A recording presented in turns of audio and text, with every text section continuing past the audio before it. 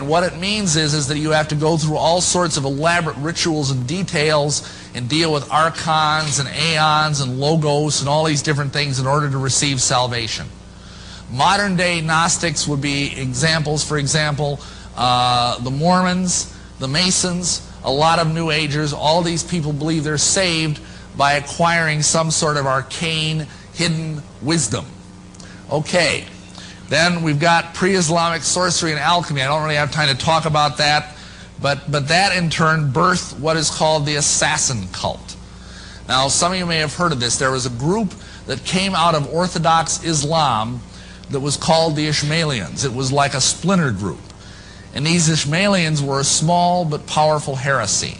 And one of their chief leaders was a sheikh by the name of Hassan-i-Sabah. And this guy led a group that was called the Hashishim. Excuse me, that's where we get our word assassin, is from the Arabic word Hashishim. Now, why were they called Hashishim? Because the word means eaters of hashish. Now, most of you probably have heard of hashish. I hope none of you have tried it, but maybe some of you have. I certainly had my share in my day. Hashish is a powerful form of marijuana, a distillation of its chemically active ingredient delta-9 tetrahydrocannabinol, which is called THC for short, and it's what gives marijuana its hallucinogenic properties. So if you take hash, or as it's called colloquially, you get quite a buzz off it. And how this guy worked, he is kind of the father of the modern day conspiracy.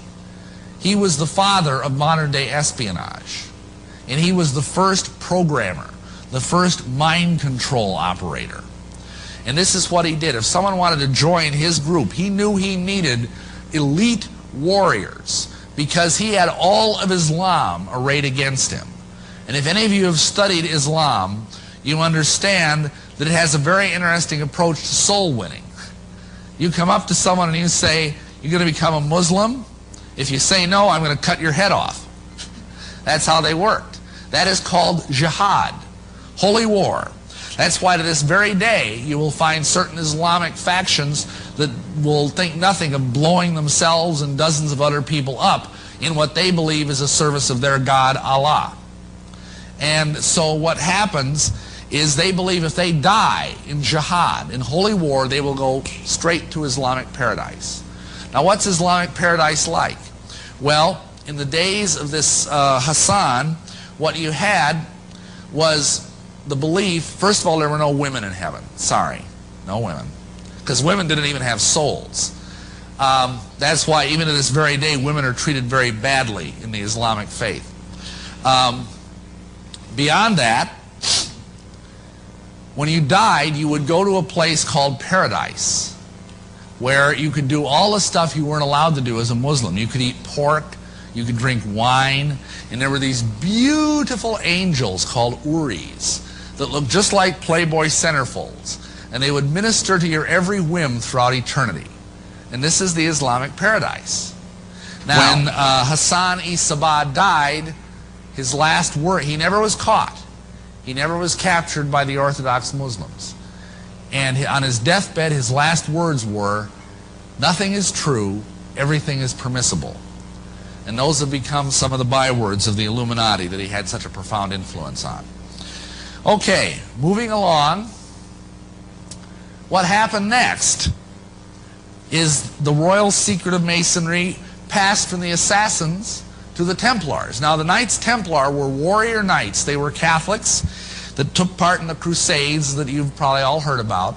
They went over to the Holy Land to try and capture the Holy Land back from the Saracens. Now, the Saracens were a kind of Muslims. During this conflict, which lasted over a century, they began to interface with the Assassins. They began to share each other's secrets.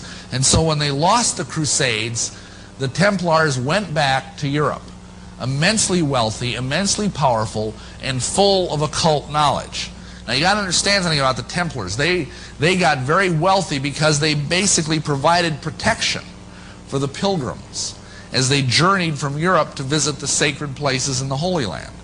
And they got very, very wealthy. Plus, there are legends that say that they found Solomon's treasure buried in the ruins of Solomon's temple in Jerusalem, and that they were fabulously wealthy. They got so powerful, and interestingly enough, they became the first international banksters. Everybody tries to blame the Jews for that one, but actually the first international banksters were in fact the Templars.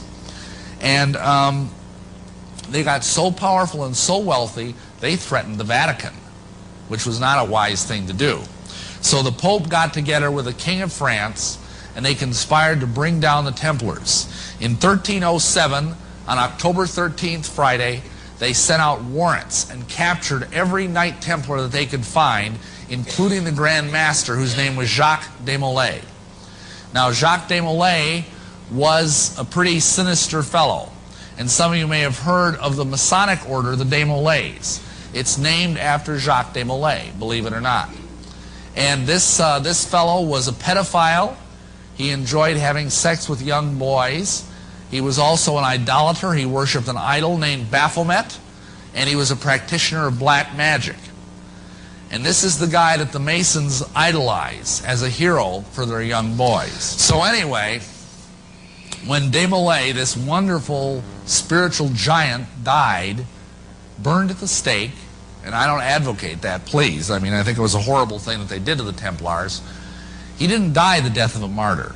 He wasn't like Stephen and said, you know, Lord, please forgive them. He cursed them. He cursed the Pope, and he cursed the king, and he said within a year they would both be dead.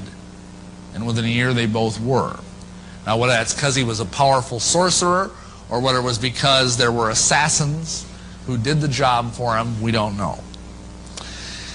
So, nobody knows what happened to the treasury of the Templars. It vanished. And the best guesses that we have is that it went up to Scotland, where it was hidden.